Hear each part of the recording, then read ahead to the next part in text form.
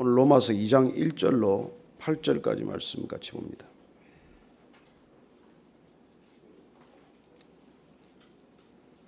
로마서 2장 1절로 8절까지 같이 읽습니다. 시작. 그러므로 남을 판단하는 사람아, 누구를 막론하고 내가 핑계하지 못할 것은 남을 판단하는 것으로 내가 너를 정죄함이니 판단하는 내가 같은 일을 행함이니라.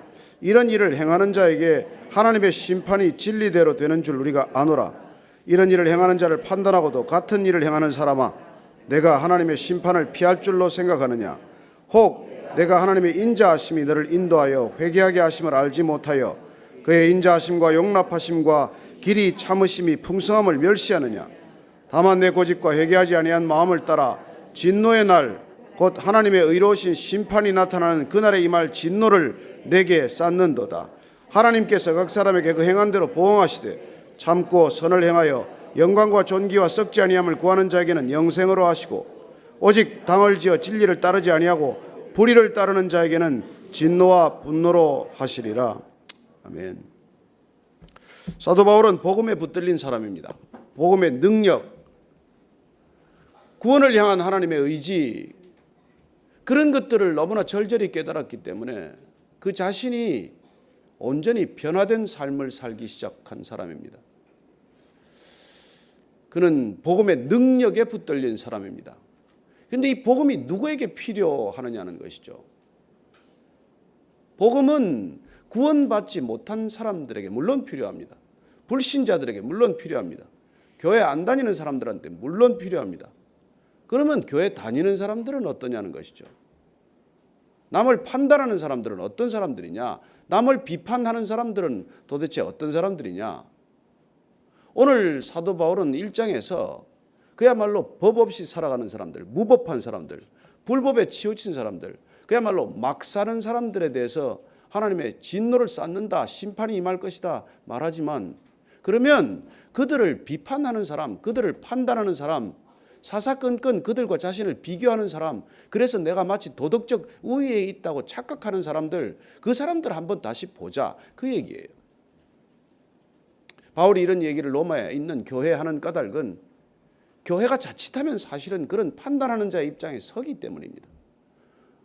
우리는 죄가 간음, 살인, 사기, 도둑 뭐 이런 것들에 집중하게 되지만, 그러나 우리가 죄의 뿌리로 들어가면 판단하는 것, 선과 악을 판단하는 것, 내 기준에서 판단하는 것, 그거야말로 죄 중에 죄악이요, 그거야말로 모든 죄의 뿌리가 되는 죄인데, 우리가 그런 죄의 뿌리에 닿아 있으면서도 그 자신의 죄를 들여다보지 못하는 사람들이 의외로 많기 때문에 한번 보자는 거예요. 오늘날 대표적인 사람들이 종교인들이고, 대표적인 사람들이 법조인들이고, 대표적인 사람들이 언론인들이고, 또 다른 사람들이 정치인들이고 그래요. 남을 판단하는 사람, 사사건건 시비하는 사람, 옳고 그르고를 날마다 문제 삼는 사람, 그런 이 직업을 가지고 있는 사람들은 도대체 어떤 사람들이냐? 사실 그 부분에 관해서 아주 냉철하고 통찰력이 있는 사도 바울의 지적입니다. 심리학적인 분석을 프로이드가 했지만 그런 프로젝션, 투사의 개념을 사실은 2000년 전에 이미 사도 바울이 들여다보고 있다는 것을 보게 되는 것이고, 사실 수많은 정치학자들이나 사회인문학자들이 이런 문제를 가지고 실험했지만 우리는 사회 정의를 부르짖는 사람들을 유심히 볼 필요가 있다는 것이죠. 남을 판단하는 사람, 비판하는 사람들은 도대체 어떤 사람이냐? 오늘 2장 1절 한번 보시겠습니다. 시작. 그러므로 남을 판단하는 사람아, 누구를 막론하고 내게 핑계하지 못할 것은 남을 판단하는 것으로 내가 너를 정죄함이니 판단하는 내가 같은 일을 행함이니라. 판단하는 사람들아, 내가 판단하고 있지만 사실은 내 판단의 기준으로 너는 내 자신을 올가매고 있구나. 너도 그런 일 하지 않니? 그런 얘기예요. 도덕적으로 비난을 일삼는 사람들 보면은 놀랍게도 어느 날 그가 꼭 같은 잘못을 저지르고 있다는 것을 만천하에 드러내게 됩니다. 우리는 오늘날 언론 지면을 통해서 그런 사람들이 속속 지면을 장식하고 있는 것을 보고 있어요. 멀쩡한 부장판사가, 멀쩡한 언론이, 멀쩡한 정치인들이 그렇게 남을 향해서 손가락질하던 그 사람, 비판을 직업으로 삼는 사람들, 그 사람은 도대체 어떤 잘못을 저질러낸 것이죠. 사실 저는 이런 설교할 자격도 없었던 사람이에요. 지금도 없는 거나 마찬가지죠. 제가 25년 동안 언론인으로서 한 일이 뭐겠어요? 남을 비판하는 일이에요. 날마다 남을 정죄하는 일이에요. 남의 불의를 보고 못 참습니다. 남의 거짓말하는 걸 보고 못 참았어요. 나는 거짓말 안 합니까? 자녀들한테 거짓말 안 했을까요? 아내한테는 거짓말 안 했을까요? 슬쩍슬쩍 거짓말 안 할까요? 그러면서도 끊임없이 남의 잘못을 들여다보고 남이 거짓말하면 못 견디고 남의 거짓말에 불을 켜고 살았던 사람이에요. 어쩌면 그런 과거를 저도 가지고 있기 때문에 오늘 사도 바울이 이렇게 말하는 건 너무나 제 가슴을 치고도 남는 얘기예요. 아니 바울 자신이 얼마나 남을 비판했으면, 얼마나 남의 신앙을 정죄했으면, 얼마나 예수 믿는 사람들에게 증오감을 품었으면 그렇게 스데반을 쳐 죽일 때 그게 현장에서 당연한 일이라고 생각하고 앉았겠어요. 그 자신이 그런 삶을 살았기 때문에 남을 판단하는 사람들아, 남을 정죄하는 사람들아, 너는 그 판단과 그 정죄의 기준으로 너는 동일한 일을 하고 있지 않니? 그런 질문을 하는 것이죠. 누군가 그런 얘기를 했어요. 판단하는 사람들 목에는 반드시 녹음기를 걸어놔야 된다. 비판하는 사람들 목에는 반드시 녹음기를 걸어놔 가지고 MP3 파일을 만들어서 다시 들려줘야 된다.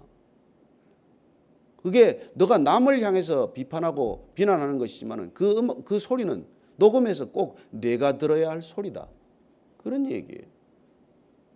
어쩌면 오늘날 목사들에게도 동일한 얘기를 할 거예요. 너 지금 설교하는 그 설교 녹음해서 너부터 들어야 된다. 크리스찬들이 지금 너희들이 뭐라고 말할지 모르지만 그러나 그 모든 말씀을 우리가 먼저 들어야 된다는 거예요. 사실 그렇지 않습니까? 설교 말씀 들을 때 보면은 갑자기 누군가 떠올라. 남편이 떠올라. 이 설교 그 사람 좀 들어야 되는데. 아니요. 지금 주님께서 나한테 하고 계신 말씀이에요. 그 사람이 들어야 할 말들이 아니에요. 오늘 사도 바울은 도덕적인 이 비판론자들, 비판적인 도덕론자들, 이 사람들에 대해서 가차없는 사실 분석을 하고 있는 것이죠. 그래서 참 이 믿는 사람들 조심해야 됩니다. 의로운 분노가 있어요. 늘 자기는 도덕적인 수준을 높이 놓고 있기 때문이죠. 그 사람은 기도도 수상쩍어요. 그 사람들의 기도를 예수님께서 하도 답답하니까 누가복음 한번 찾아보십시다. 누가복음 18장 9절 이하를 한번 찾아서 읽겠습니다. 이런 도덕적 우위론자들, 내가 남보다 의롭다고 믿는 사람들이 어떻게 기도하는지 누가복음 18장 9절 이하를 찾으셨으면 같이 읽습니다. 시작. 또 자기를 의롭다고 믿고 다른 사람을 멸시하는 자들에게 이 비유로 말씀하시되 두 사람이 기도하러 성전에 올라가니 하나는 바리새인이요 하나는 세리라.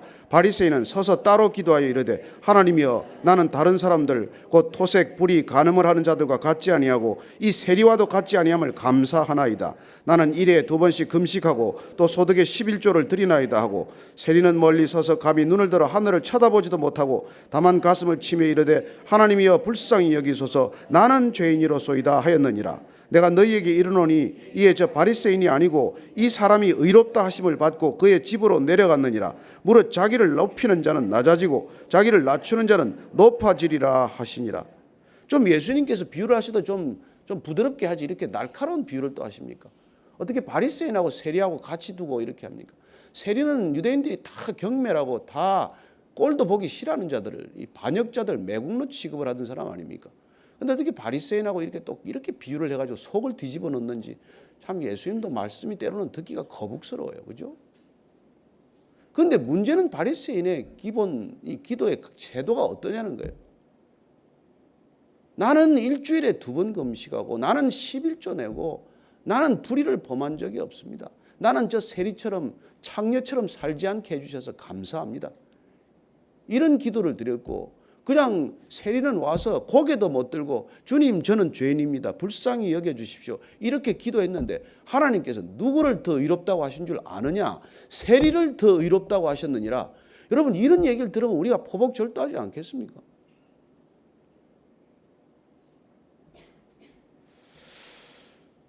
주님이 이런 말씀하시기 전에 사실은 산상수훈에서 비판하지 말라. 내가 그 비판, 내가 그 헤아림으로 내가 헤아림을 당할 것이다. 그런 말씀을 이미 다 하시지 않았습니까? 그 주님께서는 보라, 내 눈 속에 들보가 있는데 어찌하여 형제에게 말하기를 나로 내 눈 속에 있는 티를 빼게 하라 하겠느냐. 외식하는 자여, 먼저 내 눈 속에서 들보를 빼어라. 그 후에야 밝히 보고 형제의 눈 속에서 티를 빼리라. 자, 우리의 고민은 이거예요. 지금 세대를 살아가는 우리의 모든 고민은 이런 것입니다. 불의가 만연하고 있어요. 그럼 이 불의를 보고 침묵해야 됩니까? 이 불법적이고 폭력적인 세상을 바라보고 우리는 그냥 잠잠히 기도만 하고 골방에 앉아서 그냥 주여 주여 부르짖기만 해야 됩니까? 이걸 못 견디는 사회 참여자들이 있습니다. 그래서 기도만 하는 복음주의자들을 그야말로 비판해도 날카롭게 비판하는 사람들이 있습니다. 불의를 보고 침묵하는 종교는 필요 없다. 교황이 직접 그런 얘기를 했어요. 맞는 얘기예요. 우리는 어떻게 살란 얘기예요? 우리는 어떻게 해야 됩니까? 침묵해야 합니까? 불의를 보고 날카롭게 우리도 비판해야 합니까? 우리는 사실 현실적으로 이런 문제 속에서 늘 갈등을 겪고 있는 것이죠. 오늘 사도 바울은 그 점에 대해서 사실 분명한 답을 주고 있지 않습니다. 전체적인 맥락에서 우리가 이해할 수 있을 뿐이에요. 그는 오늘 복음을 얘기하기 위해서 이런 주제를 들고 나온 거예요. 복음은 그러면 도덕주의자들한테는 필요가 없냐? 비판적인 도덕론자들은 구원 안 받아도 되냐? 아니, 남을 비판하면 본인은 의로워지는 것인가? 비판하는 사람들은 반드시 의로운가? 이런 난제를 우리한테 던지는 것이죠. 그 예수님께서 비판하지 말라 그렇게 말씀하셨지만은 하려거든 먼저 내 눈 속에 있는 들보를 빼내고 그래야 내가 눈이 밝아져서 정말로 옳은 기준을 가지고 남의 티를 빼지 않겠냐 그 얘기를 하는 거예요. 그래서 우리가 불의를 보고 먼저 점검해야 될 건 뭐예요? 우리 자신을 점검해야 되는 것이죠. 신앙이란 항상 내게 초점을 맞추는 일이에요. 세상은 항상 남을 손가락질하는 것이지만은 우리는 손가락질 하나를 할 때 남에게 향한 한 손가락보다는 나를 향한 이 세 손가락, 네 손가락을 더 우리가 유심히 보라는 거예요. 그 사람에게 한 가지 단점이 보였으면 난 네 가지 단점이 있을 수도 있기 때문에 그 사람의 잘못이 정말 손바닥만 하면 내 잘못은 그야말로 보자기만 할 수가 있기 때문에 우리는 늘 내면 삶의 내 내면에 초점을 맞춰야 된다는 것이죠. 겉을 향해서 판단하는 자들아 내 속을 한번 들여다보라 이런 얘기라는 것입니다. 정말 우리가 그렇게 속을 깨끗하게 하면은 비판해도 됩니까? 여러분 내 속을 깨끗하게 하고 나면은 그 남의 허물을 비판하는 사람이 아니라 그 허물을 가려주는 사람이 돼요. 놀랍게도 그 허물을 덮어주는 사람이 됩니다. 그 허물을 대신하는 사람이 돼요. 그 허물을 치워주는 사람이 됩니다. 여러분 쓰레기를 놓고 이제 우리가 이제 세미나를 할 수 있어. 이 쓰레기는 어떻게 된 쓰레기 성분인가? 그 쓰레기 가지고 논문을 쓸 수도 있어요. 그 쓰레기 가지고 안 치운다고 이제 몽둥이를 들고 나설 수가 있어요. 그러나 그 쓰레기는 없어지지 않아요. 그 쓰레기가 없어지는 방법은 그냥 말없이 빗자루를 든 사람에 의해서 없어지는 것이지 몽둥이를 들고 쓰레기 버린 사람을 찾으러 다니면 사방에 피만 튀어요. 그 몽둥이로 사람들 후려치다가 사방에 피투성이로 만들고 마는 것이죠. 지금 이 사회가 피투성이 아닙니까? 댓글로 하도 달아서 사람들이 피투성이 아니에요. 두려워서 밖에도 못 나가는 사람이 있답니다. 우리가 이런 시대를 살아가는 것이죠. 그때나 지금이나 사도 바울의 시대나 지금이나. 그런데 그들의 비판의 대열에 우리가 합류해야 합니까? 어떻게 우리는 살아내야 하느냐는 것이죠. 그래서 오늘 바울이 판단하는 사람들아 내가 꼭 같은 일을 하고 있구나. 이런 일을 행하는 자에게 하나님의 심판이 진리대로 되는 줄 우리가 아노라. 내가 그 말을 했으니 너도 동일한 그런 비판의 잣대에 심판을 받게 된다는 것이죠. 뭐 제가 좋은 설교한다고 제가 좋은 사람입니까? 여러분들이 좋은 설교 듣는다고 좋은 사람입니까? 아니, 누구도 몰라요. 우리는 하나님 앞에서 다 벌거벗은 사람들이에요. 그래서 우리가 조심하는 것이죠. 그래서 늘 나를 돌아보는 것이죠. 3절 4절 말씀입니다. 시작. 이런 일을 행하는 자를 판단하고도 같은 일을 행하는 사람아, 내가 하나님의 심판을 피할 줄로 생각하느냐? 혹 내가 하나님의 인자하심이 너를 인도하여 회개하게 하심을 알지 못하여 그의 인자하심과 용납하심과 길이 참으심이 풍성함을 멸시하느냐? 내가 자꾸 비판하고 판단하면 하나님께서 너를 그렇게 오랫동안 견디고 참아주고 용납한 걸 그걸 멸시하는 거라고 지금 말씀하고 있어요. 우리가 자꾸 사람을 자꾸 비판하고 남을 그렇게 자꾸 이렇게 문제를 삼기 시작하면 하나님께서 너를 얼마나 참아주고 너를 얼마나 견뎌주고 너를 얼마나 용납하셨는지 그 하나님의 길이 참으심을 용납해 주셨음을 그걸 멸시하는 거라는 거예요. 경멸하는 거라는 거예요. 하나님을 경멸하는 사람, 하나님을 무시하는 사람, 하나님이 없다 하는 사람들의 전유물이 남을 비판하는 일이에요. 남의 욕하는 사람들이에요. 남을 그렇게 미워하는 사람들의 특징이라는 거예요. 그래서 사도 바울은 경고합니다. 5절 이하를 읽습니다. 시작. 다만 내 고집과 회개하지 아니한 마음을 따라 진노의 날 곧 하나님의 의로우신 심판이 나타나는 그날에 임할 진노를 내게 쌓는도다. 그래서 하나님께서 각 사람에게 그 행한 대로 보응하신다. 하나님께서 그대로 보응하신다는 것은 시편에서 계속 주제돼요. 우리가 왜 시편 잘 읽습니까? 시편의 62편을 보면 12절에 주여 인자함은 주께 속하오나 주께서 각 사람이 행한 대로 갚으시니이다. 주님이 인자하시기 때문에 오래 참습니다. 오래 기다립니다. 그러나 각 사람이 행한 대로 반드시 갚아주신다는 거예요. 반드시 보응하신다고 말합니다. 여러분, 콩 심은 데 팥나지 않습니다. 콩 심은 데 콩 나요. 잠언 24장을 보면 12절에 이렇게 돼요. 내가 말하기를 나는 그것을 알지 못하였노라 할지라도 마음을 저울질 하시는 이가 어찌 통찰하지 못하시겠으며 내 영혼을 지키시는 이가 어찌 알지 못하시겠느냐? 그가 각 사람의 행위대로 보응하시느니라. 하나님은 비판하는 우리 입술을 보고 있지 않습니다. 비판하는 우리 안의 내면을 불꽃같이 보고 계십니다. 너 왜 비판하는데?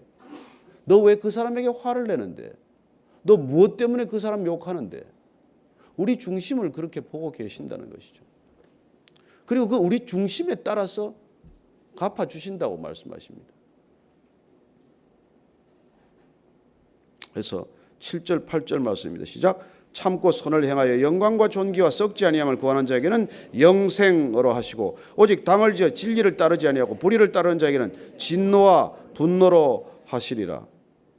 뭐 답을 이렇게 말씀해 주셨으니까 여러분들이 오늘 하루를 어떻게 살아야 될지 이제 결론을 가지고 이 예배 자리를 떠나시게 되기를 바랍니다. 나는 오늘 하루 어떻게 할 것인가? 여러분, 사방에 우리를 분노케 하는 일들 아닙니까? 눈을 크게 뜨기만 하면 진짜 비판할 일 투성이 아닙니까? 비난할 일 투성이죠. 그러나 우리가 또 잠잠히 침묵하고 가만히 있을 수도 없어요. 뭘 어떻게 해야 돼요? 먼저 나를 들여다보라는 것입니다. 먼저 내 눈에 들보부터 빼라는 거예요. 먼저 내 눈이 밝아지라고 말합니다. 정말 밝아지면 어떻게 돼요? 미세한 먼지도 다 보이겠죠. 그럴 때 우리는 걸레를 들어야 되고 손을 들어야 돼요. 제가 우리 교회 이 시작되고 나서 화장실 말이죠. 가면 늘 화장실을 더럽히는 사람이 있어요. 쓰고 나오면 그냥 나오는 사람 없습니다. 다 물을 흘려놓든지 다 튀겨놓든지 하여튼 지저분하게 해놔요. 휴지를 밖에 떨어뜨려 놓든지. 자, 그거 다 불러내가 누가 했습니까? 지키고 앉아있어요. 누가 그때 써놨어요. 제발 좀 깨끗이 씁시다. 누가 붙여놨는데 그것도 제가 다 떼어버렸어요. 그냥 더럽다고 생각하는 사람이 치우면 돼. 남을 배려할 줄 아는 사람이 치우면 돼요. 주님 오실 때까지 이 일은 계속됩니다. 주님 오시는 날까지 화장실 더럽게 쓰는 사람은 더럽게 써요. 이 교회가 없어질 때까지 불법 주차하는 사람 불법 주차할 거예요. 어쩌겠어요. 차 끌려가는 대로 보응될 건데. 어느 날 또 구청에서 한번 뜨면 또 딱지 다 띄울 건데. 저는 우리가 이런 삶을 날마다 살아가요. 그래서 늘 나를 들여다봐야 돼. 세상은 결코 비판으로 깨끗해지지 않습니다. 세상은 결코 비난하는 자들 때문에 개혁되지 않습니다. 누군가 그 허물을 보고 내가 가려주는 사람, 내가 덮어주는 사람, 내가 빗자루를 들지 않으면 이 세상은 깨끗해지지 않아요. 그러나 이 세상은 몽둥이 든 사람들 천지입니다. 그래서 오늘 그 몽둥이를 든 비판적인 도덕론자들을 향해서 오늘 바울은 이렇게 말하는 거예요. 너 진짜 큰일 났구나. 구원받아야 되겠다.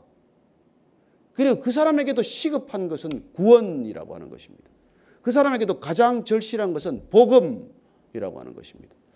저는 오늘 저와 여러분들이 이 복음의 빚진 자가 되어서 우리가 몽둥이 들고 설치는 사람들의 대열에 합류할 것이 아니라 그냥 조용히 빗자루 들고 내가 남이 어지러 놓은 것, 남이 더럽혀 놓은 것 그냥 치우는 하루가 되기를 축복합니다.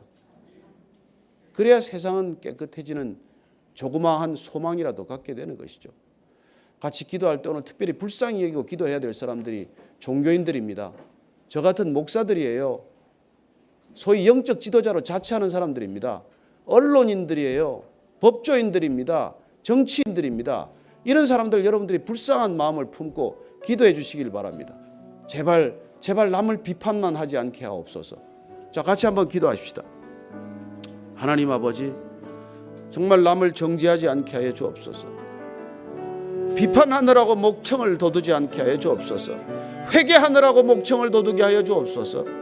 하나님 아버지, 나를 들여다보느라고 시간을 쓰게 하여 주옵소서. 남을 들여다보고 남에게 분노하고 남을 손가락질하고 남에게 비난의 화살을 퍼붓는데 시간 쓰지 않게 하여 주옵소서.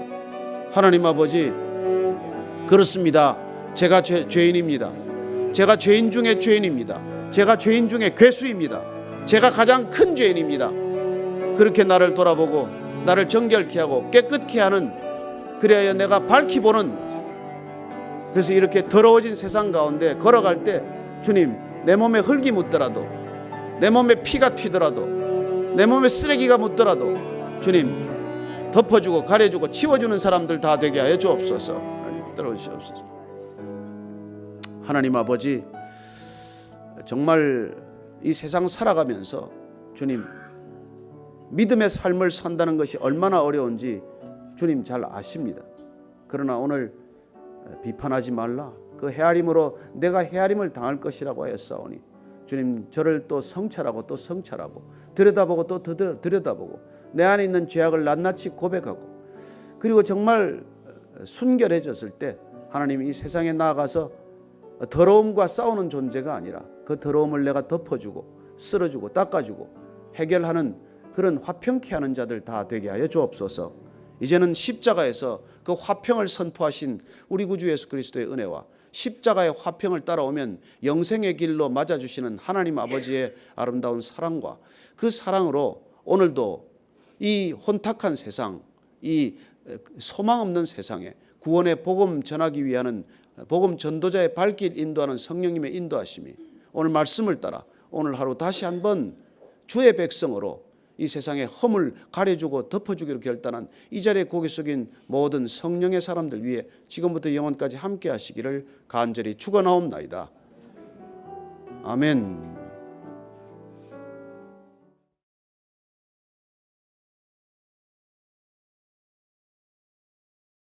오늘 로마서 2장 9절로 16절까지 말씀입니다.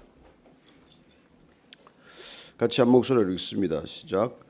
악을 행하는 각 사람의 영에는 환난과 곤고가 있으리니 먼저는 유대인에게요 그리고 헬라인에게며 선을 행하는 각 사람에게는 영광과 존귀와 평강이 있으리니 먼저는 유대인에게요 그리고 헬라인에게라. 이는 하나님께서 외모로 사람을 취하지 아니하심이라. 무릇 율법 없이 범죄한 자는 또한 율법 없이 망하고 무릇 율법이 있고 범죄한 자는 율법으로 말미암아 심판을 받으리라. 하나님 앞에서는 율법을 듣는 자가 의인이 아니요 오직 율법을 행하는 자라야 의롭다 하심을 얻으리니 율법 없는 이방인이 본성으로 율법의 일을 행할 때에는 이 사람은 율법이 없어도 자기가 자기에게 율법이 되나니 이런 이들은 그 양심이 증거가 되어 그 생각들이 서로 혹은 고발하며 혹은 변명하여 그 마음에 새긴 율법의 행위를 나타내느니라. 곧 나의 복음에 이른 바와 같이 하나님이 예수 그리스도로 말미암아 사람들의 은밀한 것을 심판하시는 그날이라. 아멘. 사도 바울은 하나님께서 우리가 어떤 마음의 중심과 동기를 가지고 이 행위들을 하고 있는지 낱낱이 그 중심의 동기를 다 알고 계신다고 말씀합니다. 그래서 주님께서 우리를 심판하실 때 우리의 그 동기를 다 아시기 때문에 그 동기와 그 동기에서 비롯된 행위들에 보응하는 심판을 하신다고 말합니다. 우리는 날마다 어쩌면 구원과 심판의 갈림길에서 우리의 행위들로 그 모든 것들을 축적하고 있는 셈이죠. 한번 죽는 것은 정한 이치요 마지막에는 심판이 있으리라고 말씀했던 것처럼 우리는 날마다 그 마지막을 향해서 걸어가고 있는 것이죠.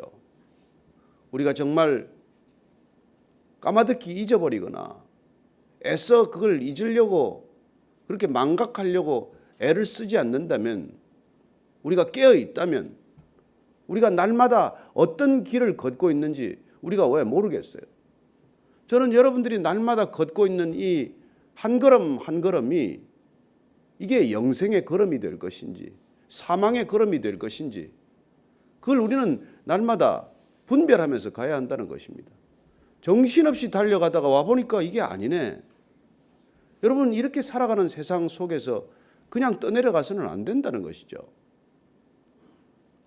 날마다 우리가 살아가는 게 아무리 급하고 중요한 것 같아도 하나님께서는 우리에게 이미 뭐가 중요한지, 뭐가 더 급한 일인지, 무엇이 더 먼저 해야 할 일인지를 다 우리에게 알려주셨어요. 그래서 우리가 세상이 중요하다고 규정하는 것들을 따라가서는 안 됩니다. 세상 사람들이 급하다, 이게 급하다, 이게 다급하다라고 말하는 기준을 받아들여서 거기를 정신없이 따라가서는 안 된다는 것이죠. 주님께서는 우리에게 먼저 할 일 먼저 하라고 다 가르쳐 주셨습니다. 먼저 하나님의 나라와 그 의를 구하라. 그리하면 그 모든 것을 더하시겠다고 약속하셨습니다. 먼저 남을 비판하기에 먼저 남의 눈에 티를 빼내기 전에 먼저 너는 내 눈에 들보를 살피고 그 들보를 빼내야 밝히 이 모든 것을 보게 될 것이라고 말씀해 주셨습니다.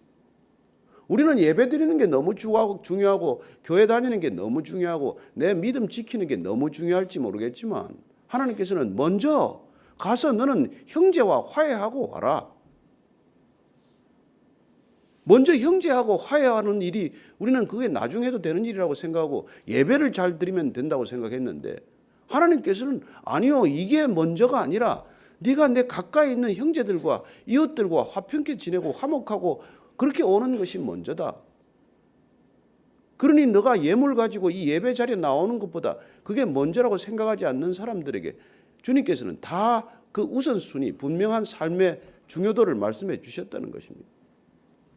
그런 것들이 사실은 율법이 우리에게 그 모든 것들을 가르쳐 줬지만 오늘 사도 바울은 율법 있는 자들과 율법 없는 자들에게 동일한 기준이 하나님께서 적용될 거라고 말씀하십니다. 율법을 아는 사람들은 율법이 기준이 될 것이고 율법 없는 사람들, 율법을 모르는 사람들, 하나님의 말씀을 모르는 사람들, 교회 안 다니는 사람들, 그 사람들에게도 하나님께서는 동일한 기준을 적용할 거라는 거예요. 그게 우리가 익히 아는 양심 아닙니까? 자, 오늘 그 말씀을 한번 자세히 따라가 보시다. 9절 10절 말씀 시작. 악을 행하는 각 사람의 영에는 환난과 곤고가 있으리니 먼저는 유대인에게요 그리고 헬라인에게며 선을 행하는 각 사람에게는 영광과 존귀와 평강이 있으리니 먼저는 유대인에게요 그리고 헬라인에게로다. 주님께서는 우리가 선한 일을 행하는 자와 악한 일을 행하는 자가 어디로 각자 걸어가고 있는지를 미리 다 말씀해 주셨습니다. 사도 바울이 무슨 색다른 얘기를 하고 있는 게 아니에요. 주님께서 요한복음을 보면 요한복음 5장 29절을 제가 읽어드리겠습니다. 선한 일을 행한 자는 생명의 부활로 악한 일을 행한 자는 심판의 부활로 나오리라. 여러분 무서운 얘기 아닙니까? 오늘 다 부활할 거예요. 근데 여러분이 어떤 부활을 지금 향해서 걷고 있냐는 것이죠. 우리는 죽음이 끝이 아닙니다. 누구나 죽겠지만 죽음이 끝이 아니라는 게 우리는 다 알고 가는 것 아닙니까? 세상 사람들 죽음이 끝이래요. 사탄은 늘 그렇게 속삭입니다. 야, 뭐 별거 있어? 죽은 뒤에 뭐가 있어? 죽으면 끝이지. 그러니 마음대로 한번 살아. 기회는 한 번인데 내 하고 싶은 대로 하려무나. 그런 속삭임을 우리가 듣게 하겠지만 오늘 주님께서는 우리가 어떤 길을 날마다 걷느냐에 따라서 생명의 부활로 나갈 거냐, 심판의 부활로 나갈 거냐, 그걸 우리에게 택하라고 말씀하고 계신 것이죠. 그래서 사도 바울은 그러면 악을 행함으로써 심판의 부활로 나아가는 사람들은 환난과 곤고가 있을 것인데 먼저는 유대인에게요, 다음은 헬라인에게로다. 여러분, 왜 유대인이 중요합니까? 메시아가 그 계보에서 태어나지 않았습니까? 그들에게 먼저 율법이 맡겨지지 않았습니까? 먼저 말씀이 주어지지 않았습니까? 그래서 말씀을 안다는 것은 엄청난 특권이요, 엄청난 책임이에요. 그거 모르면 차라리 나을 텐데 알기 때문에, 말씀을 들었기 때문에 우리는 무거운 책임과 함께 특별한 권한을 함께 받은 것이죠. 여러분, 살다 보면 그 두 가지가 늘 붙어 다니는 것을 알게 됩니다. 어제도 누가 막 둘째 애가 생겼다고 너무 좋아서 이제 이렇게 하는데 좋기만 하겠습니까? 우리가 키워봤지만. 그리고 둘째가 생겼다는 그 엄청난 기쁨과 특권이 생겼지만 그 아이를 정말 책임져야 한다는 무거운 부모의 책임이 함께 주어지는 것 아닙니까? 그래서 우리가 한 면만을 얘기하면 안 돼요. 구원만 얘기하면 안 됩니다. 구원은 심판과 동전의 앞 뒷면이에요. 심판도 구원의 일부고 심판도 복음의 한 일부라고 하는 것을 우리가 잊어버리면은 그건 뭐 구원받았기 때문에 심판과는 상관없이 살 거라는 그런 구원파가 탄생하지 않습니까? 한 번 구원받으면 따놓은 당사인데 이제 뭐 어떻게 살든 상관이 없지 뭐. 아니죠. 날마다 어떻게 보면 우리는 영생의 길로 걸어가지 않으면 본인이 딴 길로 가고 있으면서도 구원의 길을 걷고 있다고 생각하게 해서는 안 된다는 것입니다. 그래서 오늘 그 보응에 관한 얘기, 어제 말씀드렸던 그 각 사람이 자기의 행한 대로 보응된다는 것, 그게 구원의 조건은 아니에요. 그러나 각 사람의 행함은 구원을 이루고 구원을 증거하는, 그래서 하나님이 그걸 기준 삼는 그런 잣대라고 하는 것을 우리가 잊어서는 안 되는 것이죠.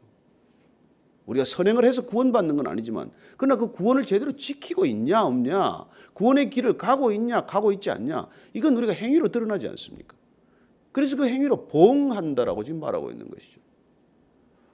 어쩌면 뭐 구원받았기 때문에 우리는 주님 앞에 설 수 있겠지만 주님 앞에 서서 상급이 없는 사람도 있고 상급이 있을 수 있는 사람도 있고 그런 것이죠.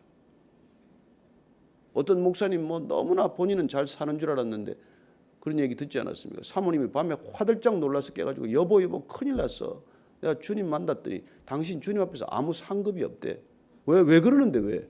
여기서 다 받았대네. 저는 여러분들이 여기서 상급을 다 받지 않게 되기를 바랍니다. 이거 제한테 해야 될 얘기예요. 우리가 여기서 상급 다 찾아먹고 나면 나중에 찾을 게 없는 거죠. 그러니까 하나님과 여러분들이 은밀히 교계하고 계산하는 게 있어야 된다는 것입니다. 사람한테 다 알아주면 사람이 다 알아줬기 때문에 하나님은 이중 계산서를 발급하지 않는다는 거예요.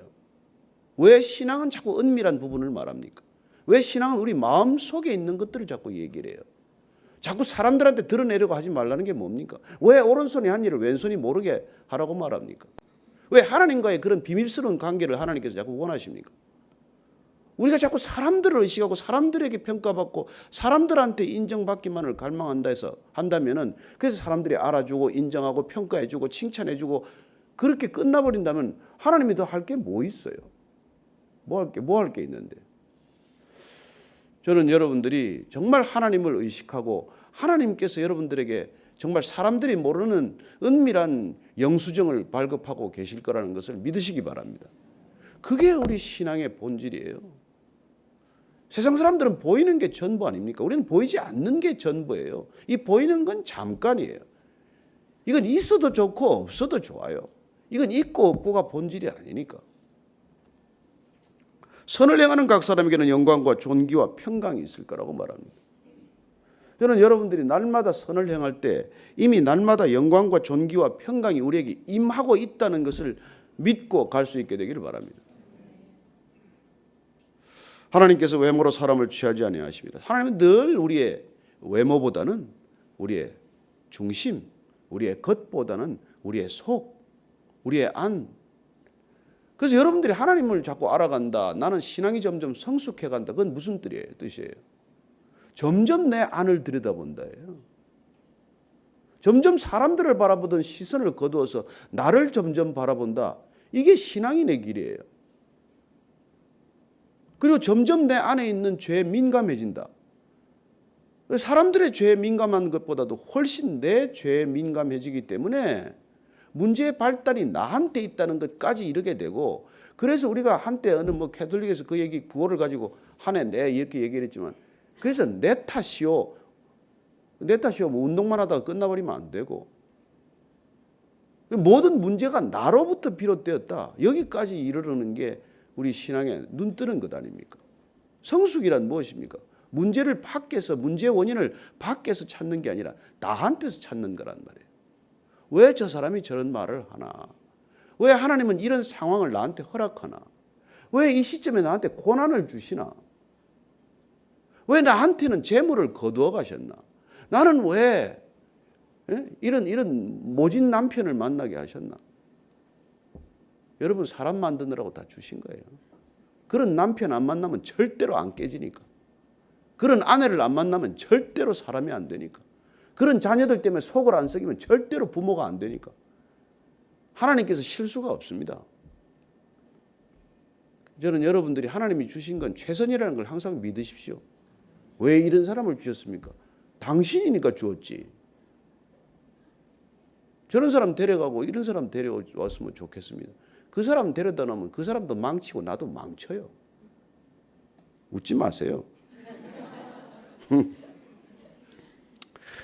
자, 12절 읽습니다. 시작. 무릇 율법 없이 범죄한 자는 또한 율법 없이 망하고, 또 무릇 율법이 있고 범죄한 자는 율법으로 말미암아 심판을 받으리라.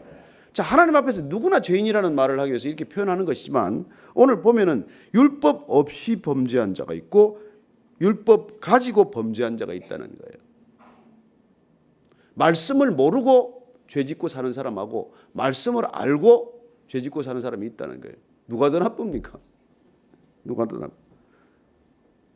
하나님 앞에서는 율법을 듣는 자가 의인이 아니요 오직 율법을 행하는 자야 의롭다 하심을 받는다는 거예요. 여러분, 제가 설교를 했어요. 그 말씀하고 상관없이 살면 제가 무슨 의로운 사람입니까? 여러분들 말씀을 들었어요. 들은 것과 상관없이 살면 무슨 우리가 의롭다 함을 얻겠습니까?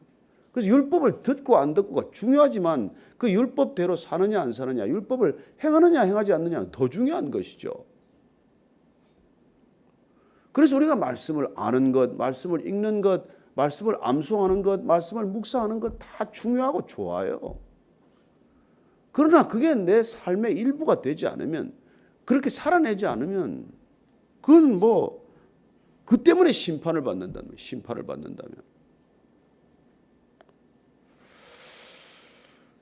근데 이제 우리가 이제 흔히 하는 질문으로, 그럼 말씀을 모르는 사람들은 어떻게 말씀대로 살 수가 있습니까? 말씀을 모르는데, 율법을 모르는데 어떻게 율법대로 살며, 어떻게 하나님을 모르는데 하나님의 기준에 합당하게 살 수 있으면 그 사람이 왜 심판에 이릅니까?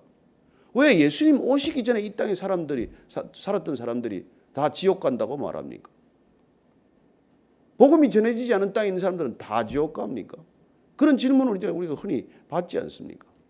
자, 거기에 대한 이제 답변이에요. 시작. 율법 없는 이방인이 본성으로 율법의 일을 행할 때는 이 사람은 율법이 없어도 자기가 자기에게 율법이 되나니, 이런 이들은 그 양심이 증거가 되어 그 생각들이 서로 혹은 고발하며 혹은 변명하며 그 마음에 새긴 율법의 행위를 나타내느니라. 자, 율법 없는 이방인이 가진 본성, 이 본성이란 무엇입니까? 오늘 말씀을 보니까 율법 없는 이방인들이 이 율법의 일을 행하게 하는 수단과 방법이라고 하는 거죠. 말씀을 모르는 사람들이 마치 말씀을 아는 사람처럼 살아갈 수 있도록 하는 그 수단과 방법이 오늘 본성이라는, 하나님께서 그런 본성을 주셨다는 거예요. 이 본성은 곧 양심과 같은 말이에요. 그래서 어느 인류 문화권이 있거나 어느 곳에서나 사람 죽이는 것은 죄라고 말하는 거예요. 물론 뭐 살인 저기 뭡니까 식인종들이 있긴 있지만 식인종도 먹을 만큼 이상 잡으면 그것도 죄라고 그런대요.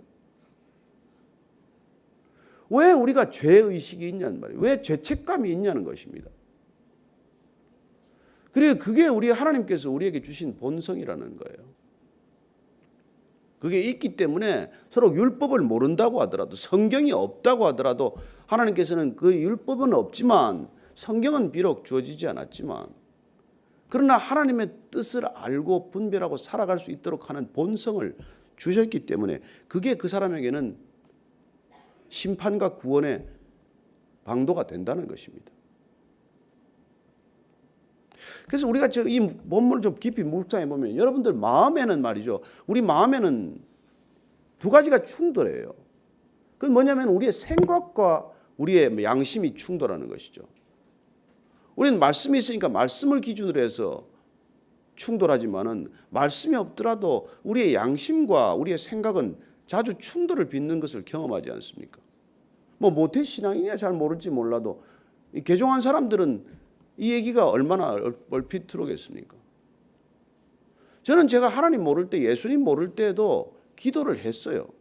새벽마다 3시, 4시 나갈 때마다 제가 별을 보고 달을 보고 하늘을 보고 천지신명께 기도를 하고 나갔어요. 오늘 하루 내가 천지신명의 뜻에 합당하게 살도록 내가 그 길을 걷겠다고 결단하고 나갔어요. 나중에 보니까 이게 사도행전에 가보면 아덴에 있는 사람들에게 바울이 얘기하는 거랑 마찬가지예요. 너희들은 왜 알지 못하는 신에게라고 말하냐. 그분이 내 아버지다. 왜 그런 종교심이 우리에게 있겠어요? 왜 예수님을 모르는데 어떤 사람들은 예수님보다 아는 사람보다 더 잘 살겠어요? 일본에서 사는 사람들의 갈등이 그거래요. 거기는 예수 믿는 사람은 없는데 예수 믿는 사람들보다 더 예수 믿는 사람처럼 산다는 거예요. 우리는 예수 믿는 사람이 무슨 20% 30% 하는데 예수님 안 믿는 사람처럼 살고 그들은 1%도 안 되는 크리스찬밖에 없는데도 불구하고 예수 믿는 사람처럼 더 산다는 거예요. 왜요? 양심을 지키니까. 양심의 사회적 기준을 어기지 않으니까. 그래서 지진이 나서 다 도로가 다 휘어져도 빨간불에 서 있고 누가 봐도 소름이 끼치도록 지키고 사는 사회를 만들어 놨다는 거예요. 그런데 우리는 율법을 듣고도 알고도 율법과 상관없이 사는 거예요. 그리고 그런 이 종교심이야말로 종교성이야말로 하나님이 주신 건데도 불구하고 그 종교심이 병들어 버리면은 우리의 양심보다도 더 못한 게 종교심이 되고 마는 거예요. 그래서 주님께서 오셔서 그 바리새인들과 그 율법을 아는 사람들을 그렇게 나무라신 거예요.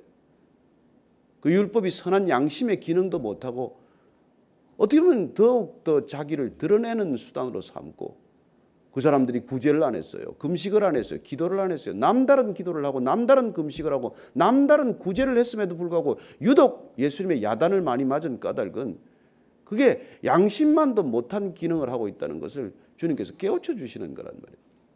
당신들의 종교심은 당신들의 종교성은 참된 영성의 걸림돌이다. 그게 예수님이 그 땅에 오신 이유고 유대인들을 나무라신 이유고 특별히 대제사장이나 그 종교인들, 종교 전문가들을 그토록 혹독하게 가차없이 비난한 이유란 말이에요. 어쩌면 그 종교성 때문에 양심이 더 무뎌진 사람들이 되고 말았어요. 그래서 오늘 사도 바울이 이런 결론을 맺습니다. 16절 시작. 곧 나의 복음에 이른 바와 같이 하나님이 예수 그리스도로 말미암아 사람들의 은밀한 것을 심판하시는 그날이라. 그래서 복음을 모르는 사람들은 율법 모르는 사람들은 하나님의 말씀도 모르고 성경도 없는 사람들은 하나님께서 그들에게 하나님을 알만한 양심 그리고 그 마음판에 양심이라고 하는 걸 둠으로써 생각을 제어할 수 있고 생각을 컨트롤할 수 있고 욕망과 탐욕으로부터 심지어 컨트롤할 수 있는 그런 하나님의 놀라운 선물, 섭리가 있음에도 불구하고 그게 작동 안 하기 때문에 주님이 오신 것 아닙니까? 그게 작동하고 있으면 무슨 문제겠어요? 여러분, 가정이 정말 가정답고 가정이 정말 교회 같으면 교회는 따로 주시지 않았어요? 가정이 다 망가졌기 때문에 교회를 또 주신 거예요. 저는 그런 주님께서 정말 우리의 주님이 되신 게 고맙지만 오늘 사도 바울이 나의 복음, 저는 어제 이 말씀, 나의 복음이라는 말씀을 가지고 참 너무 가슴이 울렁울렁해요. 나의 복음, 난 나의 복음이 있나? 사도 바울은 나의 복음을 가진 거예요. 이 그리스도의 복음이지 자기 복음 아닙니다. 이 구원의 복음 아니에요. 근데 그게 나의 복음이 돼야 된다는 거예요. 사도 바울이 그런 나의 복음이 있기 때문에 이런 논지를 가차없이 펼 수 있는 거예요. 그런 나의 복음이 없으면 이런 논지를 펴기가 어렵습니다. 저는 여러분들이 오늘 이 아침에 나의 구주, 나의 복음을 고백할 수 있게 되기를 바랍니다. 내 양심을 넘어서는 것, 그 양심이라는 것들이 나중에 알고 보면 한낱 쓰레기 같다는 걸 또 알게 되죠.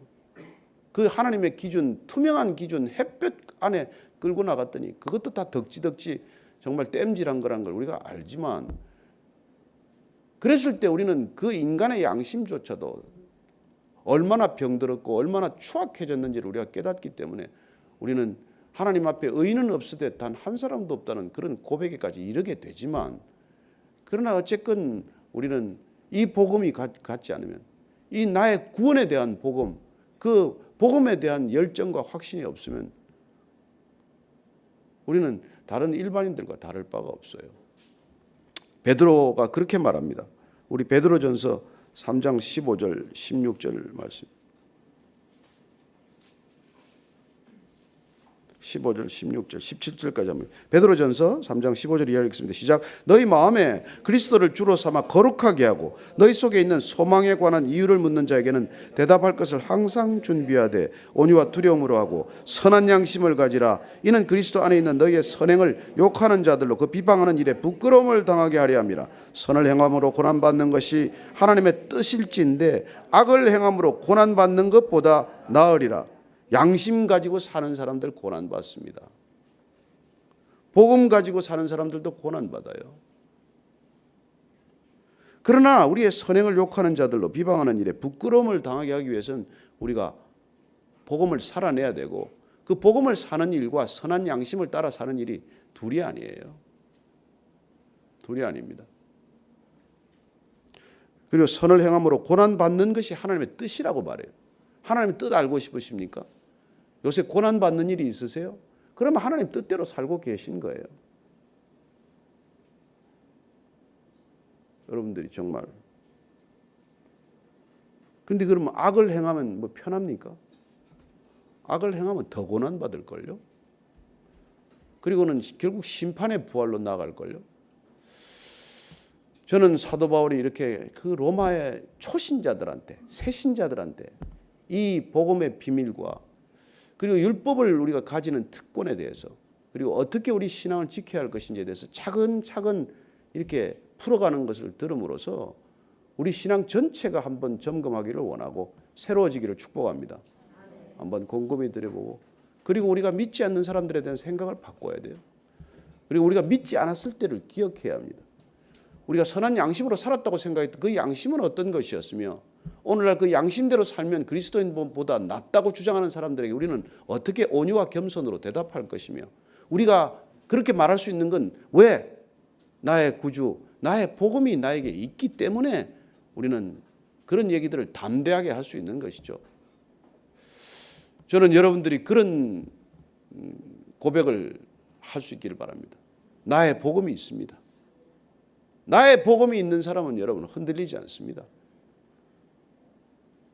아브라함의 하나님, 이삭의 하나님, 야곱의 하나님은 곧 아브라함의 구원, 이삭의 구원, 야곱의 구원이고 아브라함의 복음, 이삭의 복음, 야곱의 복음이에요.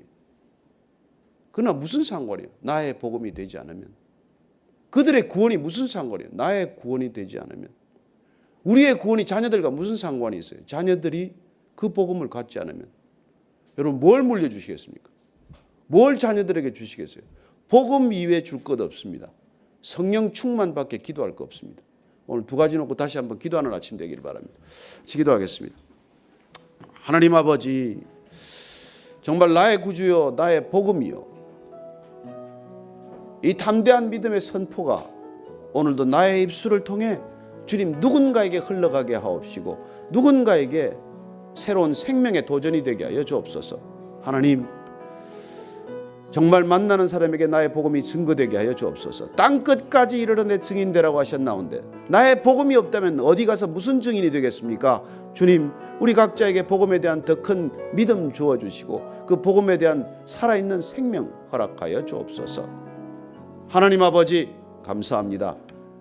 사도 바울이 고백했던 것처럼 우리 모두도 나의 복음, 나의 구주, 나의 구원, 나의 생명, 나의 은혜 마음껏 노래하는 하루 되게 하여 주옵소서. 이제는 십자가에서 그 나의 복음을 전해주신 우리 구주 예수 그리스도의 은혜와 아버지의 사랑과 성령의 인도하심이 오늘 나의 복음을 선포한 사도 바울의 선포가 우리 모두의 선포되기를 결단한 이 자리에 고개 숙인 모든 복음의 사람들 위해 지금부터 영원까지 함께 하시기를 간절히 축원하옵나이다. 아멘.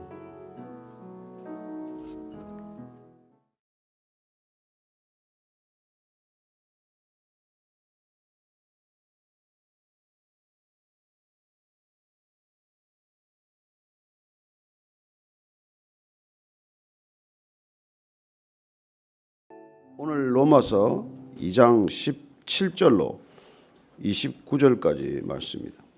같이 읽습니다. 시작. 유대인이라 불리는 내가 율법을 의지하며 하나님을 자랑하며 율법의 교훈을 받아 하나님의 뜻을 알고 지극히 선한 것을 분간하며 맹인의 길을 인도하는 자요 어둠에 있는 자의 빛이요 율법에 있는 지식과 진리의 모본을 가진 자로서 어리석은 자의 교사요 어린아이의 선생이라고 스스로 믿으니 그러면 다른 사람을 가르치는 내가 내 자신은 가르치지 아니하느냐? 도둑질하지 말라 선포하는 내가 도둑질하느냐? 간음하지 말라 말하는 내가 간음하느냐? 우상을 가정히 여기는 내가 신전 물건을 도둑질하느냐? 율법을 자랑하는 내가 율법을 범함으로 하나님을 욕되게 하느냐? 기록된 바와 같이 하나님의 이름이 너희 때문에 이방인 중에서 모독을 받는도다. 내가 율법을 행하면 할례가 유익하나 만일 율법을 범하면 내 할례는 무할례가 되느니라.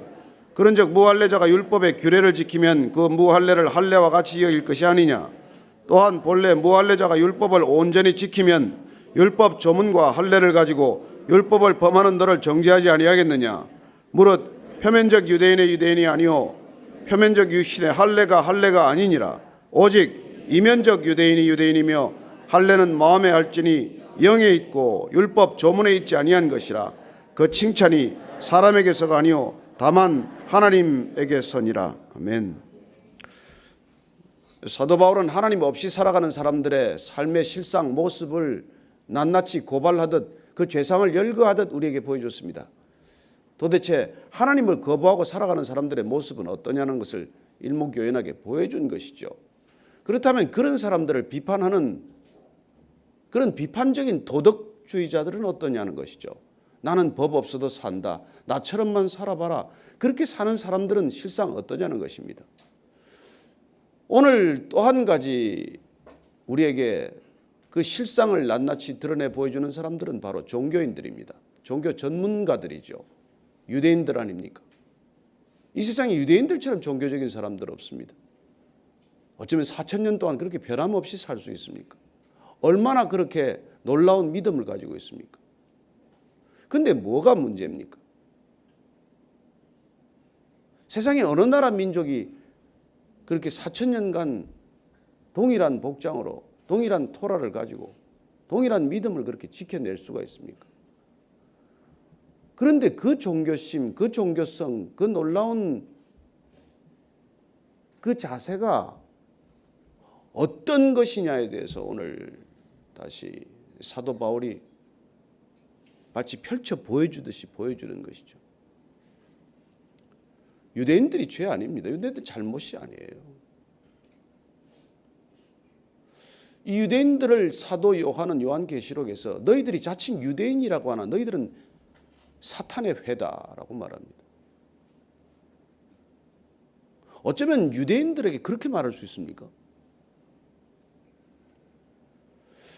여러분, 그런 이 성경을 통해서 우리가 발견하게 되는 것은 아하, 사탄이 세상을 지배하는 수단은 두 가지라는 걸 알게 됩니다. 크게는 정치요,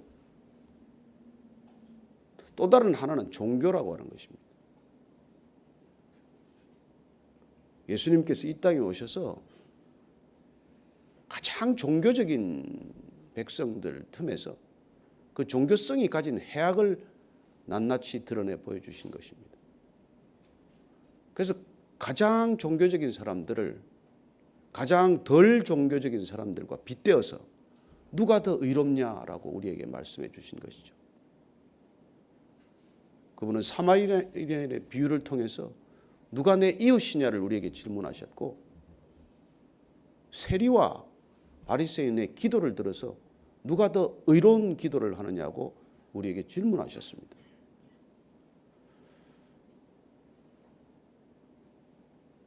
그런 예수님과 그런 예수 믿는 자들을 얼마나 핍박했던 사울입니까? 청년 사울은 얼마나 도끼를 품고 그들을 적대했습니까? 그는 단 한순간도 예수님을 메시아라고 생각한 적이 없어요. 그는 메시아가커녕 예수야말로 십자가에 못 박혀 마땅한 자다.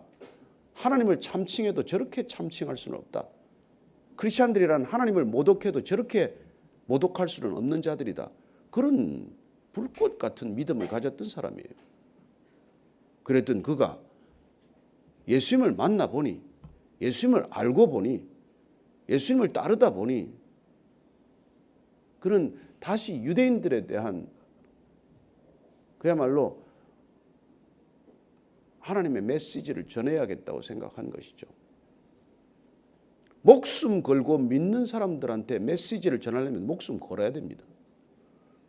오늘 사도 바울이 로마의 몇 안 되는 새신자들, 초신자들한테 바른 믿음을 위해서 쓴 글이지만은 이 편지가 예루살렘의 그 대성전에 배달이 되어서 대제사장이 읽었다면 어떨까요? 이 편지를. 그는 그냥 당장에 죽은 목숨이에요. 오늘 유대인의 정말로 좋은 점, 유대인이 왜 구원도 먼저 받고 왜 하나님께서 유대인에게 주신 그 특권이 어떤 특권인지를 오늘 이렇게 일러주고 있습니다. 한번 17, 18, 19절 다시 읽을까요? 시작. 유대인이라 불리는 내가 율법을 의지하며 하나님을 자랑하며 율법의 교훈을 받아 하나님의 뜻을 알고 지극히 선한 것을 분간하며 맹인의 길을 인도하는 자요 어둠에 있는 자의 빛이요 율법에 있는 지식과 진리의 모본을 가진 자로서 어리석은 자의 교사요 어린아이의 선생이라고 스스로 믿으니. 자, 여기까지 한번 보시죠. 유대인들은 도대체 어떤 사람이냐? 율법을 의지하는 사람이에요. 하나님을 정말 자랑하는 사람들입니다. 율법의 교훈을 받아서 또 하나님의 뜻을 아는 사람들이에요. 그래서 지극히 선한 것, 뭐가 정말 하나님의 합당한 것인지를 아는 사람들이에요. 그래서 눈먼 자들을 인도하는 자요 어둠에 있는 자의 빛이 되는 자들이요. 그래서 율법에 있는 지식과 진리의 모본을 가진 자로서 어리석은 자들의 교사고 어린아이의 선생인데, 문제는 이렇게 스스로 믿고 있는데 이렇게 믿는 대로 사느냐는 거예요. 너희들은 스스로 그렇게 생각하고 있는데 그렇게 사냐는 거예요.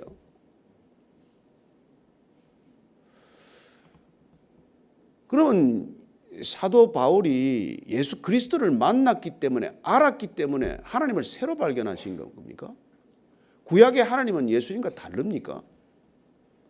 아니, 구약의 하나님도 동일했어요. 그런데 그들은 유대교의 전통과 유대교의 가르침과 랍비의 전성들의 눈이 가려진 것이에요. 하나님은 선지자들을 통해서 얼마나 이방을 품으라고 말씀하셨습니까? 어떻게 구약에 여러분 요나서가 들어가 있습니까? 어떻게 유대인들만 부르셨습니까? 유대인들만 구원하겠다고 결정하셨습니까?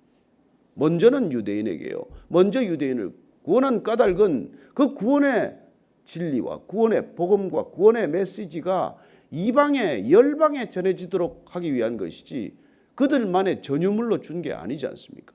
문제는 유대교가 하나님을 그들의 전유물로 여긴 것이고 그 자신들만 소유한 것처럼 살았던 것이 문제라는 것이죠.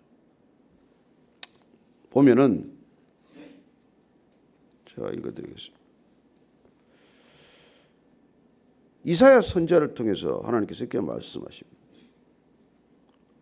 이사야서 26장 18절 우리가 잉태하고 산고를 당하였을지라도 바람을 낳은 것 같아서 땅에 구원을 베풀지 못하였고 세계 거민을 출산하지 못하였나이다. 하나님 구약의 백성들을 부른 까닭은 잉태하고 산고를 겪어서 세계 거민을 출산하라고 불렀대요. 이사야서에 지금 기록된 말씀을 보면. 크리스찬을 왜 불렀다고요? 열방을 품고 열방을 출산하라는 거예요. 우리끼리 잘 먹고 잘 믿고 잘 살다가 천국에서 만나자. 그래서 부른 게 아니라는 거예요.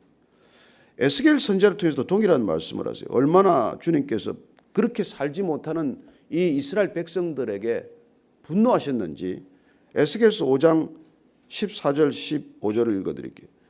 내가 이르되 또 너를 황무하게 하고 너를 둘러싸고 있는 이방인들 중에서 모든 지나가는 자의 목전에 모욕거리가 되게 하리니 내 노와 분과 중한 책망으로 내게 벌을 내린즉 너를 둘러싸고 있는 이방인들에게 내가 수치와 조롱거리가 되고 두려움과 경고가 되리라. 나 여호와의 말이니라.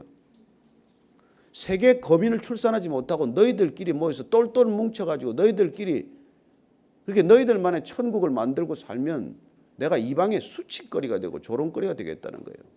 아니 그렇게 똘똘 뭉쳐서 하나님의 뜻대로 살기나 하면 다행이죠. 그러나 그들이 가지고 있는 그 하나님의 말씀을 가지고 말씀대로 살지도 못했다는 거예요. 문제는. 그래서 동일하게 에스겔서 16장에 보면은 16장 51절 52절에 이렇게 말합니다. 사마리아는 내 죄의 절반도 범하지 아니하였느니라.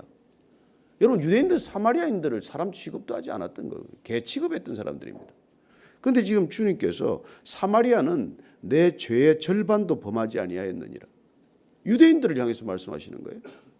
내가 그들보다 가정한 일을 심히 행하였으므로 내 모든 가정한 행위로 내 형과 아우를 의롭게 하였느니라.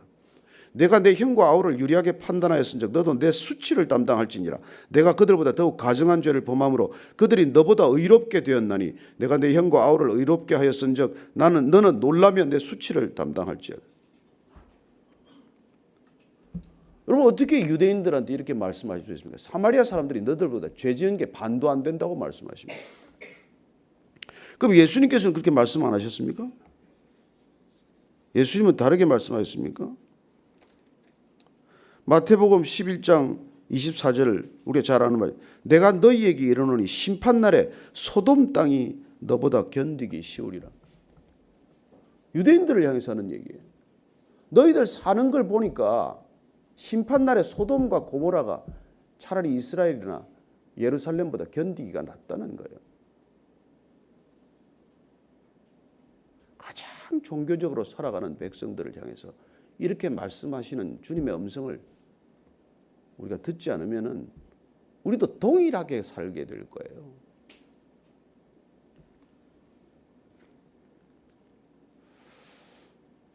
우리가 불신자들을 품지 않으면, 우리가 그들을 주님께로 인도하지 않으면, 우리가 세상 속에서 길을 잃어버리면, 우리는 복음을 먼저 알고 부름을 먼저 받았기 때문에 책임은 2배, 4배입니다.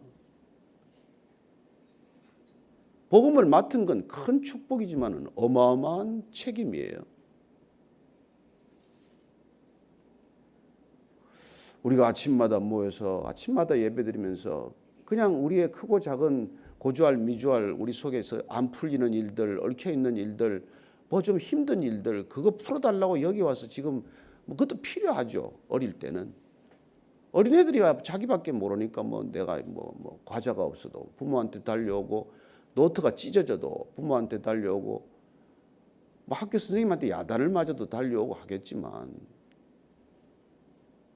그러나 우리가 주님 안에서 정점 주님의 뜻을 알아가면 구약의 하나님이나 예수님이나 성령님이나 삼위일체 하나님은 영원히 변함이 없으십니다. 그분이 우리를 부른 까닭은 딱 하나예요. 세계 거민을 잉태하고 출산하라는 거예요.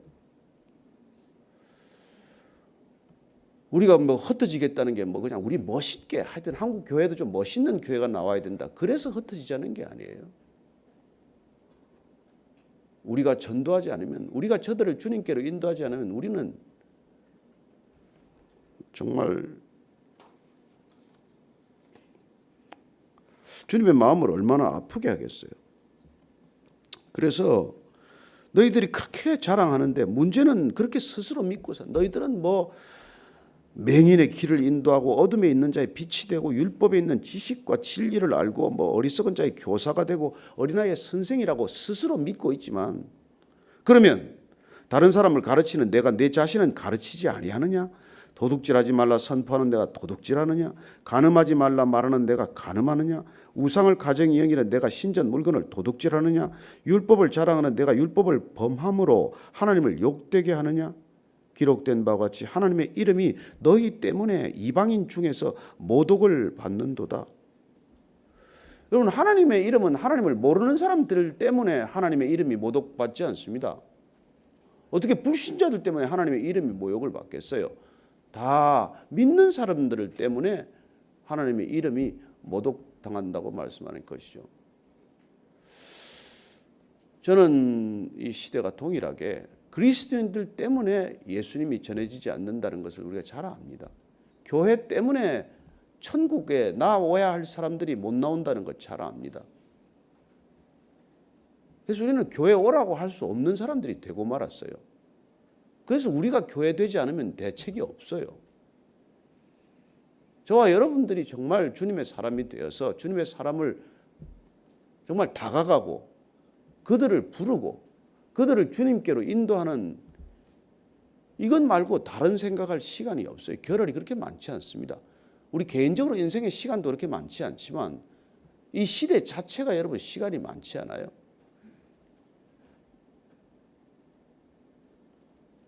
아무도 뭐 그렇게 생각 안 하는 것 같은 표정입니다. 자, 25절 26절 말씀 읽습니다. 시작. 내가 율법을 행하면 할례가 유익하나 만일 율법을 범하면 내 할례는 무할례가 되느니라. 그런즉 무할례자가 율법의 규례를 지키면 그 무할례를 할례와 같이 여길 것이 아니냐. 율법을 행하면 말씀대로 살면 말씀은 유익하다는 거예요. 말씀만큼 유익한 게 어디 있습니까? 아니, 말씀 때문에 주님 오셨고 말씀이 육신이 되신 분인데 그 말씀처럼 살면 우리가 말씀 맡은 자로서, 말씀을 배운 자로서, 말씀을 먹은 자로서 얼마나 말씀이 유익합니까? 우리는 세상으로부터 자유하는 것을 경험하게 됩니다. 우리는 묶여 사는 삶이 아니라 더 이상 묶이지 않은 삶을 그 말씀의 능력으로 살아내는 것이죠. 문제는 그러나 그 말씀의 능력은 체험하지 못하고 그냥 고작 성경 한 권 끼고 산다면 그게 무슨 유익하냐는 것이죠. 여러분, 유대인들은 다 할례 받았습니다. 난 지 8일 만에 다 할례 받았어요. 그러면 뭐 할례가 무익합니까? 할례도 유익해요. 그러나 할례 받은 자로, 하나님의 백성으로, 하나님의 부르심을 받은 자로 살지 못하면 그게 무슨 할례가 무슨 소용이냐는 것이죠. 그러나 할례 받지 않았더라도, 몸에 할례를 받지 않았더라도 하나님의 뜻을 따라 살 수만 있다면 그 사람들은 무할례자라고 부르면 안 돼. 그 사람들이 진정한 할례자 아니냐. 바울은 그 표현을 바꾸어서 표면적 유대인과 이면적 유대인이라는 말로 다시 이중적인 표현을 쓰고 있는 것이죠. 그래요. 우리가 겉으로 세례교회님은 뭐합니까? 우리가 겉으로 목사면 뭐합니까? 겉으로 무슨 장로나 집사면 뭐합니까? 그 삶이 말씀과 동떨어진 삶이라면 무슨 소용이 있겠습니까? 축복이 아니라 재앙이라도 그런 재앙이 없죠. 차라리 목사 안 됐으면 좋았을 텐데, 차라리 교회 안 다닌다고 했으면 좋았을 텐데, 그런 일들이 유대인 때나 우리 때나 지금 동일하게 일어나고 있는 일이라는 것이죠. 그래서 무할례자가 율법을 온전히 지키면 율법 조문과 할례를 가지고 율법을 범하는 너를 정죄하지 않겠느냐. 오늘날 동일하게 불신자들이 왜 기독교를 향해서 그렇게 욕을 하고, 왜 교회에 대해서 그렇게 욕을 하고, 왜 크리스찬들에 대해서 그렇게 비난을 하느냐는 것이죠. 그들 가운데서는 율법도 모르고 성경도 모르고 교회도 안 다니고 기도도 잘 안 할지 몰라도 하나님이 주신 양심을 따라서 더 어떻게 보면은 하나님을 잘 아는 사람처럼 살기 때문에 하나님을 안다고 하는 작자들아, 제발 좀 그렇게 살지 말아라. 그 얘기를 지금 계속하고 있는 거 아닙니까? 그래서 제가 밖에 나가면 어디 밥 먹다가 제발 우리 그 같이 간 동역자들 보고, 야, 목사라고 좀 부르지 말아라. 좀 본부장이라고 불러라. 밖에 나와서까지 내가 목사냐 뭐. 제가 목사가 부끄러워서가 아니에요. 세상 사람들이 하도 목사를 싫어하니까 어쨌거나 싫어하는 사람들한테 좀 다가가려면 좀 본부장이라고 부르든지 그렇게 불러야지, 목사라고 부르면 저 사람들하고 내가 커넥티드 되지 않지 않냐. 오죽 답답하면 그렇게 했어요. 자, 28절 29절 읽습니다. 시작. 무릇 표면적 유대인이 유대인이 아니요 표면적 육신의 할례가 할례가 아니니라. 오직 이면적 유대인이 유대인이며 할례는 마음에 할지니 영에 있고 율법 조문에 있지 아니한 것이라. 그 칭찬이 사람에게서 아니요 다만 하나님에게서니라.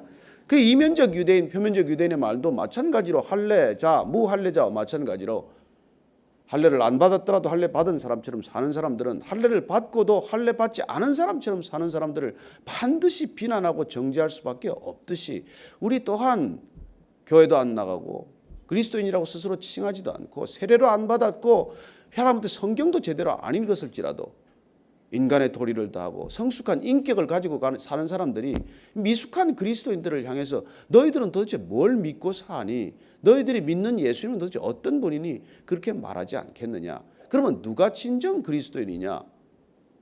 교회 나가서 세례받고 무슨 재직을 가지고 있는 사람들이 그리스도인이냐? 아니면 그리스도의 마음을 가지고 살아가는 사람들이 그리스도인이냐?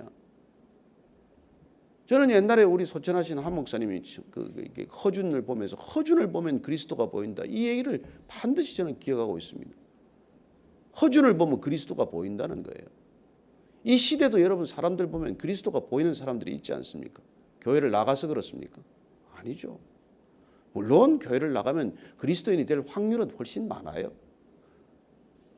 그러나 만약에 이면적 유대인으로 남았던 유대인들처럼 무할례자처럼 살았던 할례자들처럼 그렇게 우리가 비기독교인들처럼 사는 기독교인이라고 한다면 이 시대 여전히 우리 때문에 복음이 전해지지 않고 우리 때문에 하나님이 가려지고 우리 때문에 예수님이 욕을 얻어먹는 이런 사태가 되지 않겠습니까? 그러나 만약에 정말 우리가 그리스도를 제대로 알면, 복음을 알면, 오늘 이 유대인을 비난하려고 하는 얘기는 아니에요. 사실상 사도 바울의 진심은 뭡니까? 너희들에게도 복음이 필요하구나. 교회 다니는 너희들에게도 복음이 필요하구나. 평생 교회를 다녀도 예수님 잘 모르는 너희들도 구원받아야겠구나. 그래요. 그 복음에 대한 열정 때문에 이런 얘기를 하고 있는 것이죠. 그 자신 복음이 필요 없다고 살았던 사람인데 가장 복음이 필요한 사람이 나 자신이었구나. 이걸 사도 바울이 깨달았기 때문에 오늘 초대교회가 선 그 로마 교인들을 향해서 자칫하면 이들이 율법으로 돌아갈 소지가 대단히 많으니까, 은혜로 시작했지만 율법으로 돌아가는 그리스도인들이 얼마나 많습니까? 그래서 그들에게도 동일하게 선 줄로 알면 넘어질까 조심하고, 너희들이 자랑하는 그 유대인들이 그렇게 하나님을 멀리 떠나게 되었던 것처럼 일껏 그리스도의 부름을 받고도 점점 그리스도와 거리가 멀어지는 삶을 살지 않도록 하기 위한 바울의 애절한 심정이 담겨 있는 게 우리가 느껴져야 되지 않겠습니까? 왜 이런 말을 합니까? 그는 그리스도야말로 우리를 위해서 유일하게 십자가에 못 박히신 분이니까요. 여러분, 세상에 어떤 신들이 여러분들 대신 죽습니까? 돌았습니까? 그 신들이? 오직 그분만이 벌거벗긴 채 십자가에서 손과 발에 못 박히고 우리를 위하여 피 흘리고 죽었지, 세상에 어떤 신이 우리를 위해 죽습니까? 그래서 그분을 알기만 하면, 그분이 그렇게 죽으심으로 구원받은 것을 알기만 하면, 그분이 부활하심으로 우리를 구원하시고 있다는 걸 알기만 하면 우리가 어떻게 그분의 이름을 욕되게 할 수 있겠냐고 지금 통탄하는 것이죠. 하나님을 제대로 알면 어떻게 하나님을 욕되게 할 수 있냐? 예수님을 알면 어떻게 도대체 그렇게 살 수 있냐? 이런 피를 토하듯 절규하는 말이 오늘 이 부분이라는 것입니다. 저는 우리가 그리스도를 아는 만큼 믿을 거라고 믿습니다. 그분을 알면 절대로 욕되게 하지 않습니다. 여러분, 아내를 사랑하면 절대로 아내를 수치스럽게 만들지 않습니다. 밖에 나가서 아내 없는 사람처럼 살지 않아요. 남편을 제대로 섬기고 존중하는 사람은 밖에 나가서 남편 욕 안 하는 건 물론이요, 남편 허물 안 보는 것은 물론이요, 남편 절대로 욕되게 하지 않습니다. 부모를 알기만 하면 자녀가 욕되지 않게 살지 않습니까? 우리 조상의 할아버지가 누구고 부모 아버지가 누굽니다. 우리 아버지 함자가 무슨 자입니다. 이렇게 인사하는 애들이 아버지 이름을 욕되게 하겠습니까? 우리가 그리스도를 정말 알면, 그분이 정말 우리가 그분의 사랑을 알기만 하면 우리는 이렇게 살지 않는단 말이에요. 욕되게 살지 않는다는 거예요. 욕되게 안 살려고 애를 쓰는 게 아니에요. 복음이란 사랑이에요. 그 사랑에 여러분들 오늘 그냥 목욕하고 가시게 되기를 바랍니다. 히브리인들은, 유대인들은 성경 필사하다가 야훼, 여호와 이름만 나오면 가서 목욕하고 옷 갈아입고 그렇게 한자 필사를 했던 사람들이지만 정작 그 삶은 하나님과 상관이 없어지지 않았습니까? 그 사람들은 여호와라는 그 이름을 입에 올리는 것도 불경스럽다고 아도나이, my Lord, 주님이라고 불렀어요. 주님이라니 그렇게 부른 거예요. 너무 하나님의 이름이 존귀해서 그 이름을 나 같은 사람 입에 올리기도 부끄럽다고, 그래서 주님 했지만은 주님 부르는 자마다 다 천국 가냐고 주님께 야단 맞지 않습니까? 저는 오늘 우리가 정말 불신자들을 향해서 우리가 그리스도를 드러낼 수 없다면, 그리스도가 우리를 통해서 전해지지 않는다면 우리는 세상에 이미 전도된 거예요. 세상이 우리 안에 하도 물밀듯 밀려와서 이미 우리는 세상 사람으로 살고 있는 것이지, 우리가 이렇게 말했던 것처럼 하나도 우리가 그리스도와 드러내는 삶이 아니지 않습니까? 오늘 우리가 각자 한번 다시 기도의 자리에서 나는 어떻게 나는 그리스도를 증거하고 있습니까? 여러분, 제일 증거하기 쉬운 게 저처럼 사는 거예요. 매일 입만염을 설교하면 돼. 그러나 여러분들은 삶의 자리에서 말로 못하고 성경 펼쳐서 설교도 못하고 손과 발로, 얼굴과 표정으로, 발걸음으로 그분을 증거해야 되니까 얼마나 힘드시겠어요. 저는 누구보다 힘들다는 걸 잘 압니다. 죽었다 깨나도 그게 쉽지 않다는 걸 잘 알아요. 그래서 저처럼 비겁하게 이게 가장 쉬운 길로 오지 마시고 다시 텐트 메이커로 돌아가자는 거예요. 이게 제일 쉽습니다, 여러분. 앉아서 하루 종일 예수님 얘기하고 앉아 있는 게. 그런 종교인이 되지 마시고 저는 여러분들이 정말 말씀 한마디를 가지고 살아내므로써 오늘 죽은 영혼들이 되살아나는 것을 목격하는 그런 기쁨을 누리게 되기를 축복합니다. 같이 조용히 기도하고 각자 기도하시고 흩어지겠습니다. 하나님 아버지, 입술로는 하루 종일 예수님 얘기를 해도 예수님 얘기를 한다고 예수님과처럼 사는 것도 아니요, 하루 종일 성경을 읽는다고 말씀대로 사는 것도 아니요, 육신에 할례 받아도 할례 받지 않은 자처럼 살고 표면적 유대인으로 살아도 전혀 유대인처럼 살지 않았던 사람처럼 주님 그렇게 살다가 주님 뵐 수 없는 그런 삶이 되지 않게 하여 주옵소서. 하나님, 오늘 하루 내가 만나는 사람한테 그리스도가 증거되게 도와주시고 오늘 하루 걸어가는 발걸음이 그리스도의 향기 어딘가에 묻어나는 삶이 되게 하여 주옵소서. 이제는 십자가에서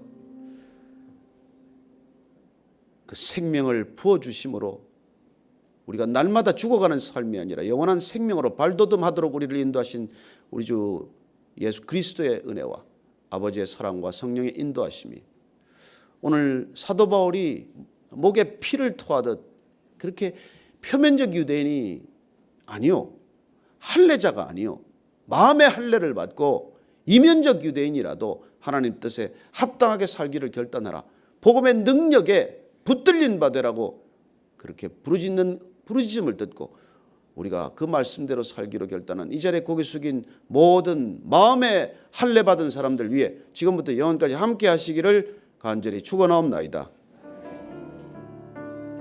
아멘.